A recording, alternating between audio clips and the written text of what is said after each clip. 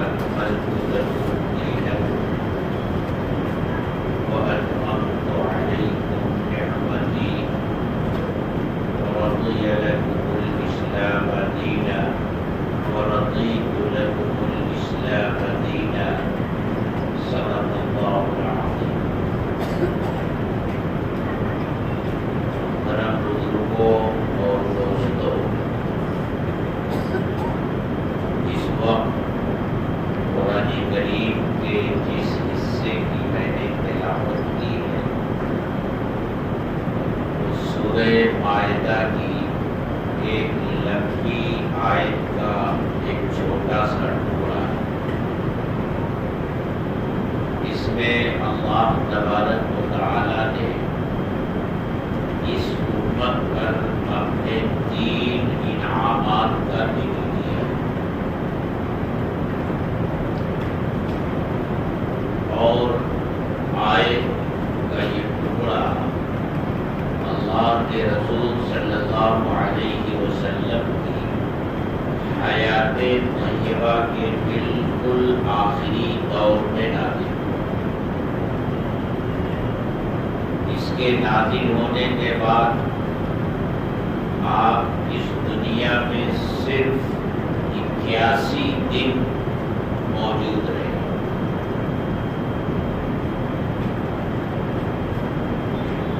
کس موقع پر یہ آیت نازل ہوئی اور کہاں نازل ہوئی،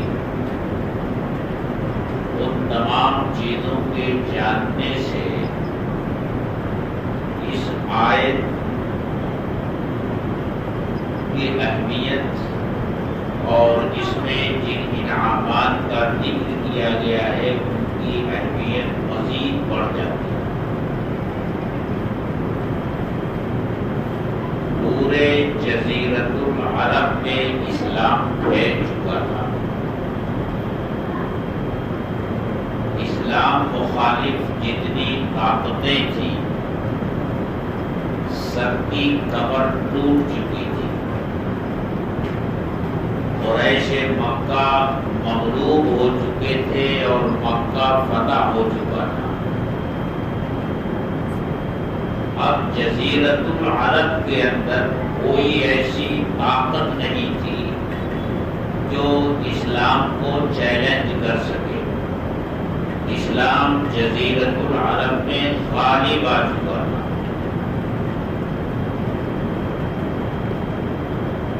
سن 10 ہجری حج کا موقع ہے۔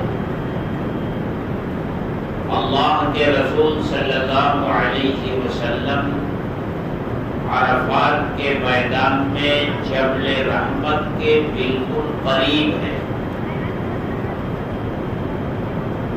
ایک تو ذوالحجہ کا مہینہ ہے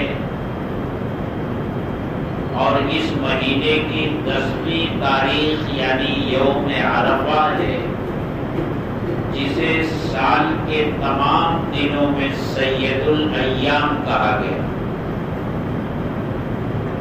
اور پھر عرفات کا میدان ہے اور میدان کا وہ حصہ ہے جو جبل رحمت کے بالکل قریب ہے اور عصر کے بعد کا وقت ہے۔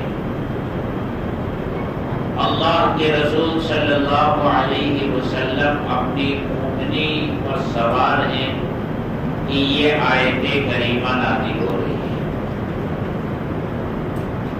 وحی کا اتنا بوجھ ہے کہ اونٹنی اس بوجھ کو برداشت نہیں کر سکی، وہ بیٹھ گئی، اس نے اپنا سر زمین پر رکھ دیا۔ ان حالات میں یہ آیت کریمہ نازل ہوئی ہے۔ اور چیز کیجئے کتنی چیزیں ایک ساتھ جمع ہیں۔ پورے جزیرۃ العرب پر اسلام کو غلبہ حاصل ہو چکا ہے، مکہ فتح ہو چکا ہے، تمام اسلام دشمن طاقتوں کی کمر ٹوٹ چکی ہے۔ اب اسلام کے اوپر حملہ کرنے کی کسی کے اندر کوئی طاقت اور شوقت اور قوت باقی نہیں رہے گی. اور پھر ذوالحجہ کا مہینہ ہے، حج شروع ہو چکا ہے، حج کا دوسرا دن ہے، 9 ذی الحجہ ہے، اور اس کے ساتھ ساتھ جمعہ کا بھی دن ہے. یوم عرفہ پورے سال میں جتنے دن ہیں ان دنوں میں سید الایام ہے، اور جمعہ ہفتے میں جتنے دن ہیں ان دنوں میں سید الایام ہے. اور یوں تو 9 ذی الحجہ کو جب حاجی عرفات کے میدان میں وقوف کرتا ہے، اللہ کی رحمت سیلاب کی طرح وہاں آتی ہے. لیکن خاص وہ جگہ جہاں رحمت کا نزول سب سے زیادہ ہوتا ہے، جبل رحمت کے بالکل قریب اللہ کے رسول صلی اللہ علیہ وسلم وہاں موجود ہیں. اور پھر جمعہ کے دن میں بھی، ویسے تو ہر دن میں عصر کے بعد سے لے کر غروب شمس تک کا وقت بہت قیمتی ہے، لیکن خاص طور سے جمعہ کے دن میں یہ وقت اور زیادہ قیمتی بن جاتا ہے. کیونکہ بہت سے علماء نے لکھا ہے کہ جمعہ کے دن جو ایک گھڑی آتی ہے کہ جس میں مومن جو بھی دعا کرتا ہے اللہ اس کی دعا کو قبول کرتا ہے، وہ گھڑی عصر کے بعد سے اور مغرب سے پہلے تک کا جو وقت ہے اس میں ہوتی ہے. ایسے موقع پر یہ آیت کریمہ نازل ہو رہی ہے. اسی لیے ایک مرتبہ حضرت عمر فاروق رضی اللہ تعالی عنہ کے سامنے ان کے پاس کچھ یہودی آئے، اور ان لوگوں نے یہ کہا کہ قرآن کریم میں ایک آیت ایسی ہے کہ اگر وہ ہمارے پاس آتی، ہماری کتاب میں نازل ہوئی ہوتی، تو ہم اس دن کو عید کا دن بنائے. حضرت عمر فاروق رضی اللہ تعالی عنہ نے پوچھا وہ آیت کون سی ہے؟ ان لوگوں نے اسی آیت کی نشاندہی کی، الیوم اکملت لکم دینکم واتممت علیکم نعمتی ورضیت لکم الاسلام دینا. حضرت عمر فاروق رضی اللہ تعالی عنہ نے ارشاد فرمایا میں اچھی طرح جانتا ہوں کہ یہ آیت کس وقت نازل ہوئی اور کہاں نازل ہوئی، اور وہ کون سا دن تھا. یوم عرفہ میں نازل ہوئی اور وہ جمعہ کا دن تھا. تو یہ آیت اتنی اہم ہے. اس میں اللہ تبارک و تعالی نے اپنی 3 نعمتوں کا ذکر فرمایا ہے جو خاص طور سے اس امت پر اللہ نے اتاری ہے. یوں تو اس امت پر اللہ کے بڑے انعامات ہیں، اس کی نوازشیں ہیں، اس کی کرم فرمائیاں ہیں، لیکن یہ 3 انعام بہت بڑے اور بہت اہم ہیں. دین کے نزول کا جو سلسلہ حضرت آدم علیہ السلام سے شروع ہوا تھا، اور ہر نبی کو ان کے زمانے کے مطابق اس دین کا حصہ انہیں عطا کیا گیا تھا، اور رسولوں کو شریعتیں عطا کی گئی تھی. وہ سلسلہ حضرت آدم علیہ السلام سے اب تک چلا آ رہا تھا. اللہ نے ارشاد فرمایا الیوم اکملت لکم دینکم. اے لوگو، آج ہم نے تمہارے لیے تمہارے دین کو مکمل کر دیا. آدم علیہ السلام سے جو سلسلہ شروع ہوا تھا،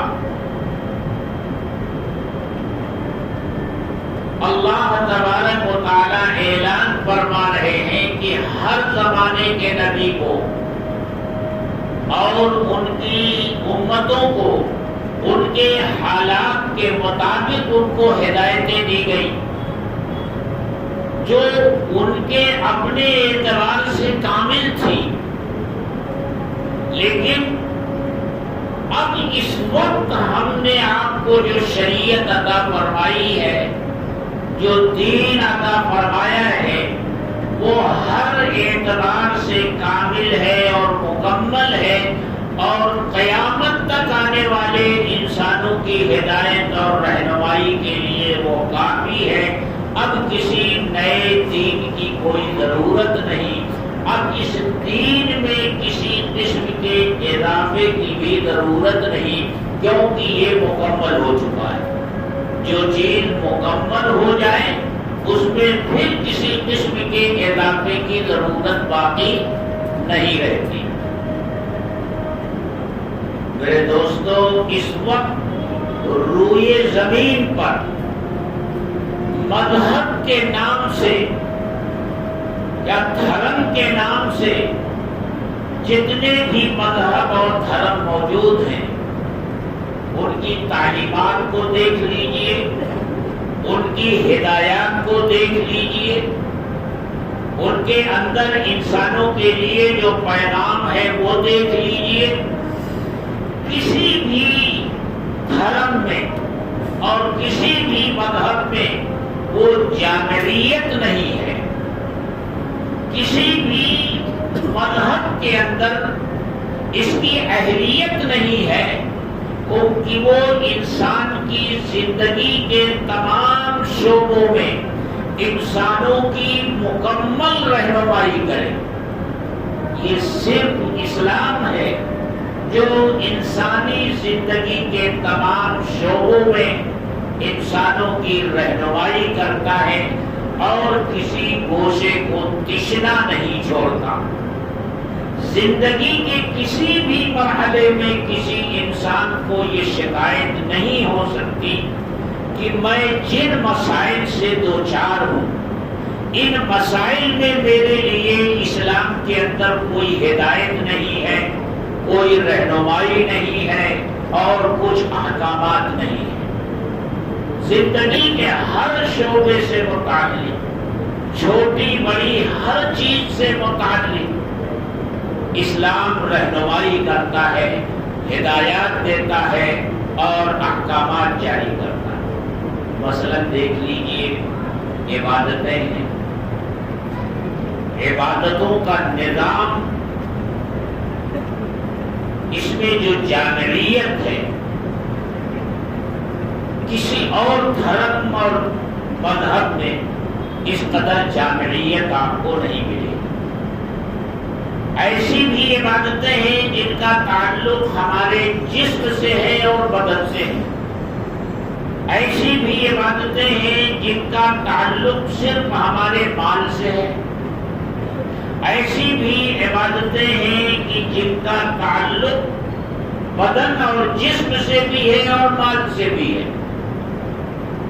یعنی ہر قسم کی عبادتیں اللہ نے ہمارے لیے رکھی ہیں۔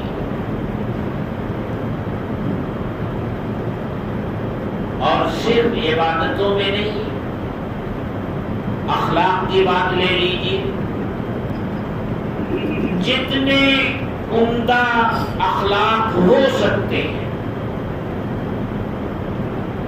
وہ تمام عمدہ اخلاق اسلام کی تعلیم میں موجود ہیں، بلکہ اللہ کے رسول صلی اللہ علیہ وسلم نے تو ایک موقع پر فرمایا، بُعِثْتُ لِأُتَمِّمَ مَكَارِمَ الْأَخْلَاقِ، میں دنیا میں بھیجا ہی اس لیے گیا ہوں تاکہ اعلیٰ اخلاق کو پائے تکمیل تک پہنچاؤں، ان کو مکمل کرو۔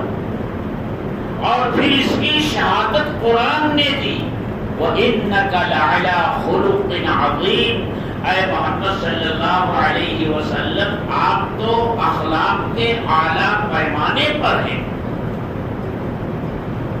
تو اخلاق کی تکمیل آپ نے اس طرح فرمائی۔ معاملات کو دیکھ لیجیے، معاملات اس کی جو تفصیلات چھوٹی بڑی چیزوں سے متعلق جس طرح کے احکامات معاملات کے سلسلے میں اسلام کے اندر موجود ہیں، شریعت اسلامیہ میں موجود ہیں، کسی بھی دوسرے مذہب میں چاہے وہ آسمانی ہو یا غیر آسمانی ہو اتنی تفصیلات آپ کو کہیں نہیں ملے گی۔ مثلا دیکھ لیجیے بیع و شراء، یہ خریدنا بیچنا، یہ تجارت کرنا، تجارت اور معاملات سے متعلق اتنی تفصیل ہے کہ اتنی تفصیل تو عبادات سے بھی متعلق نہیں۔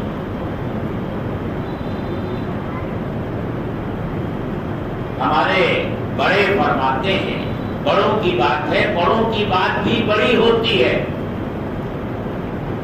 فرماتے ہیں کہ دیکھو ہمارے ہاں مسئلے مسائل کی یعنی فقہ کی جو سب سے اہم کتاب پڑھائی جاتی ہے وہ ہدایہ ہے، جو موٹی موٹی 4 جلدوں میں ہے۔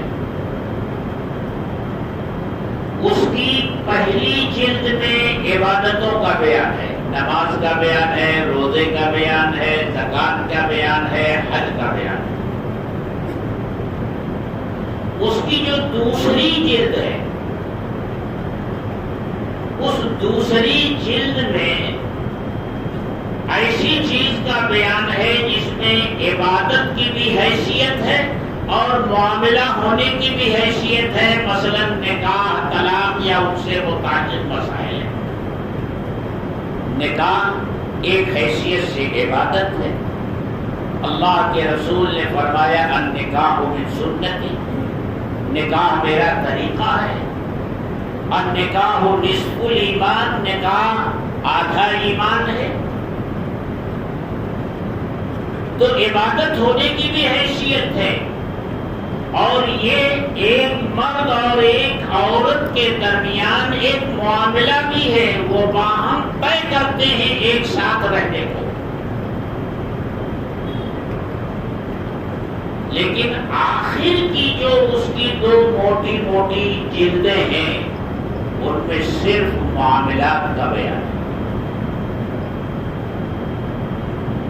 یہ تجارت کی اور خرید و فروخت کی کتنی قسمیں ہیں، ہمارا آج کا تاجر اس کو بالکل نہیں جانتا، کیونکہ ہم نے تو یہ سمجھ لیا ہے کہ دین نام ہے نماز پڑھنے کا، دین نام ہے صرف روزہ رکھ لینے کا، دین نام ہے صرف زکوٰۃ دے دینے کا، دین نام ہے صرف حج کر لینے کا۔ بیچنے خریدنے سے متعلق بھی کچھ احکامات ہیں، کچھ مسائل ہیں، کچھ ہدایات ہیں، کچھ رہنمائی ہے، اس کی نہ ہم ضرورت سمجھتے ہیں۔ پوری زندگی تجارت کرتے ہوئے گزر جاتی ہے، لیکن تجارت کے مسئلے کی ابجد بھی ہمارے بڑے بڑے تاجر کو معلوم نہیں۔ تجارت کی کتنی قسمیں ہیں، بیع کی قسمیں ہیں وہ نہیں جانتا، اجارہ کے مسائل کیا ہے وہ نہیں جانتا، بیع سلم کیا ہے وہ نہیں جانتا، بیع صرف کیا ہے وہ نہیں جانتا، کچھ نہیں معلوم اسے۔ بیع کب باطل ہوتی ہے، بیع کب فاسد ہوتی ہے، اسے کچھ نہیں معلوم۔ نماز کے ارکان تو ہمارے جماعت کے ساتھی یاد کروا دیتے ہیں تو یاد رہتا ہے، یاد رکھو اسی طرح بیع کے بھی رکن ہیں۔ وہ رکن کون کون سے ہیں نہیں معلوم.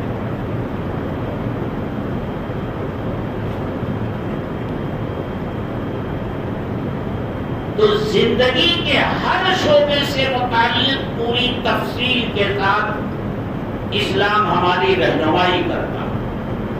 یہی حال معاشرت کا ہے. ہم لوگوں کے ساتھ رہتے ہیں، ان میں بہت سے لوگ ایسے ہوتے ہیں جن کے ساتھ ہمارا رشتہ ہوتا ہے، قرابت کا رشتہ ہوتا ہے، خاندانی رشتہ ہوتا ہے. بہت سے لوگ ہوتے ہیں جن کے ساتھ پڑوس کا رشتہ ہوتا ہے. ان رشتوں کی اہمیت کیا ہے، ان کے احکامات کیا ہیں، اور ایک کا دوسرے کے اوپر حق کیا ہے، یہ تمام تفصیلات اسلام اور شریعت اسلامیہ بیان کرتی ہے. لیکن کیا ہم نے کبھی ان کو جاننے کی کوشش کی؟ کیا ہم جانتے ہیں کہ وہ حقوق کیا ہیں اور کس کے اوپر کیا حق ہے؟ نہیں جانتے. اب تو المیہ یہ ہو گیا ہے کہ یہ نماز جس کے بارے میں ہمیں بڑا گمان ہوتا ہے کہ ہم نماز کے مسئلوں کو جانتے ہیں،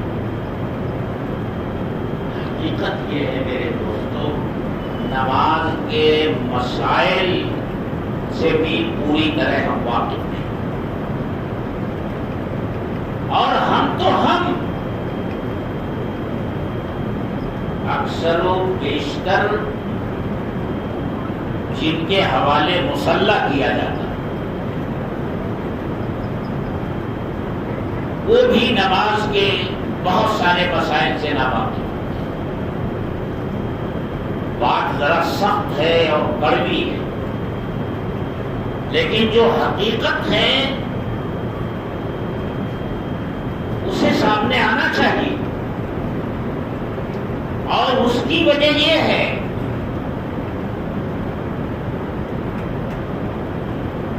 کہ مسجدوں کے جو متولی ہیں، مسجدوں کے جو ذمہ دار ہوتے ہیں، ان کو ایسا امام نہیں چاہیے جو نماز کے مسائل سے تو اچھی طرح واقف ہو لیکن ان کی جی حضوری نہ کرتا. ان کو ایسا امام چاہیے جو ان کی جی حضوری کرنے والا، ان کی ہاں میں ہاں ملانے والا ہو. وہ آ جائے تو ان کا استقبال کرنے کے لیے وہ کھڑا ہو جائے، ان کی ہر مناسب اور غیر مناسب بات کو وہ قبول کرے. بس امامت کی صلاحیت کے لیے ان کے نزدیک وہ آدمی کافی ہے. وہ نماز کے مسائل کو اچھی طرح جانتا ہو یا نہ جانتا ہو. میں اس وقت ان مسائل کو آپ کے سامنے بیان نہیں کروں گا، ورنہ ہوگا کیا، آپ وہ مسئلہ لے کر ایک کسوٹی بنا کر مسجد میں جا کر امام کے پیچھے کھڑے ہو جائیں گے اور دیکھیں گے کہ یہ صحیح ڈھنگ سے نماز پڑھا رہا ہے کہ نہیں پڑھا رہا ہے. ہماری اپنی نمازیں درست ہو یا نہ ہو، ان میں لاکھ خامیاں ہوں، لیکن امام صاحب کے اندر خامی نکالنے کا تو ہر مقتدی کو خدا کی طرف سے حق ملا ہوا ہے، ہم یہ سمجھتے ہیں.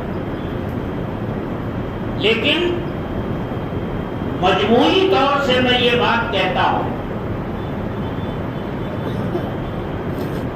کہ امامت کا سب سے زیادہ حقدار کون ہے؟ ہماری فقہ کی کتابوں میں بتایا گیا اعلم بالسنہ، جو نماز کے مسائل کو سب سے زیادہ جاننے والا.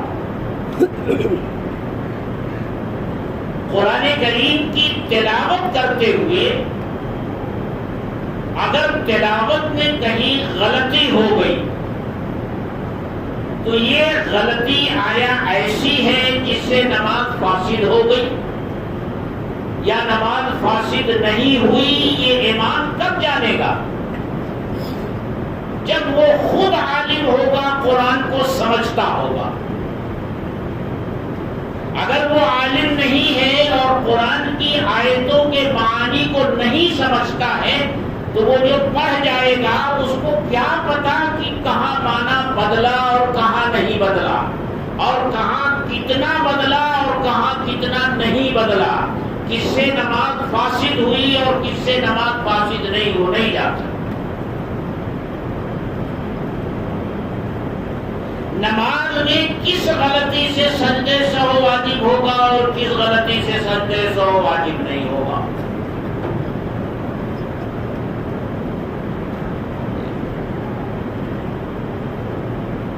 اور کب اسے فرض چھوڑ کر واجب کی طرف لوٹنا چاہیے اور کب فرض چھوڑ کر واجب کی طرف نہیں لوٹنا چاہیے۔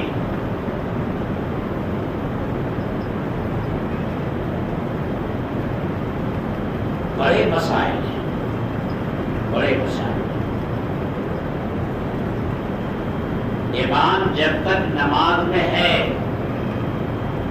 تب تک مقتدی بھی نماز میں ہے، امام جب نماز سے نکل گیا تو مقتدی بھی نماز سے نکل جائے۔ اب ایک مثال میں دیں، فقہ کی کتابوں میں یہ کہا گیا کہ جب سلام امام پھیرتا ہے اور السلام کی میم پر پہنچتا ہے تو وہ نماز سے نکل جاتا ہے۔ وہ نکل گیا تو مقتدی بھی نماز سے باہر ہو گئے۔ لیکن اگر کوئی امام السلام کو اتنا کھینچتا ہے اور پیچھے جیسے ہی وہ سلام شروع کرتا ہے مقتدی بھی سلام شروع کرتا ہے اور امام کے السلام کی میم پر پہنچنے سے پہلے مقتدی السلام کی میم پر پہنچ گیا تو امام سے پہلے وہ نماز سے نکل گیا، اس کی نماز گئی۔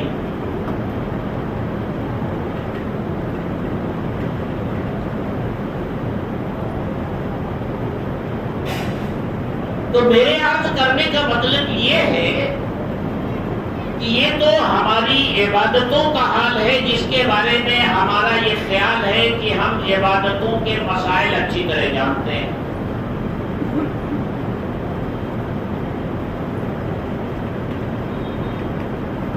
باقی تجارت کے مسائل وہاں تو بالکل معاملہ صفر ہے۔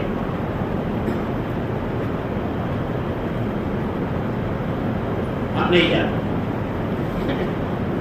تو اللہ تعالیٰ نے ہمیں جو دین عطا فرمایا ہے اس کے بارے میں فرمایا ہم نے تمہارے دین کو تمہارے لیے مکمل کیا۔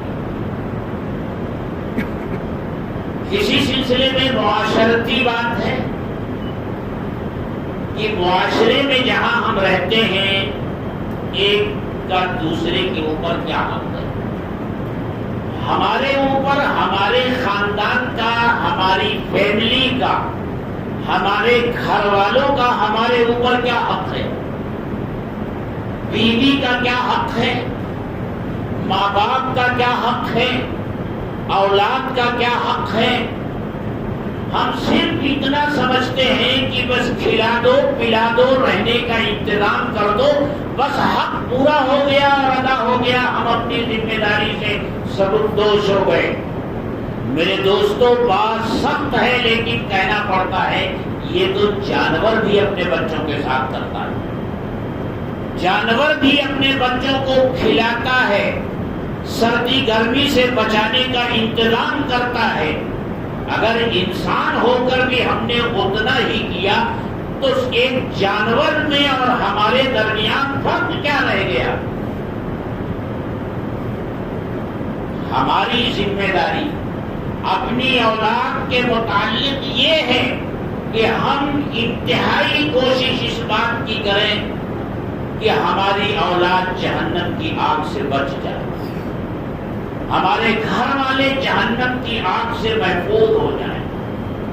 اتنی کوشش اور محنت کرنا کہ جہنم کی آگ سے حفاظت ہو جائے، یہ ہر شخص کی ذمہ داری ہے۔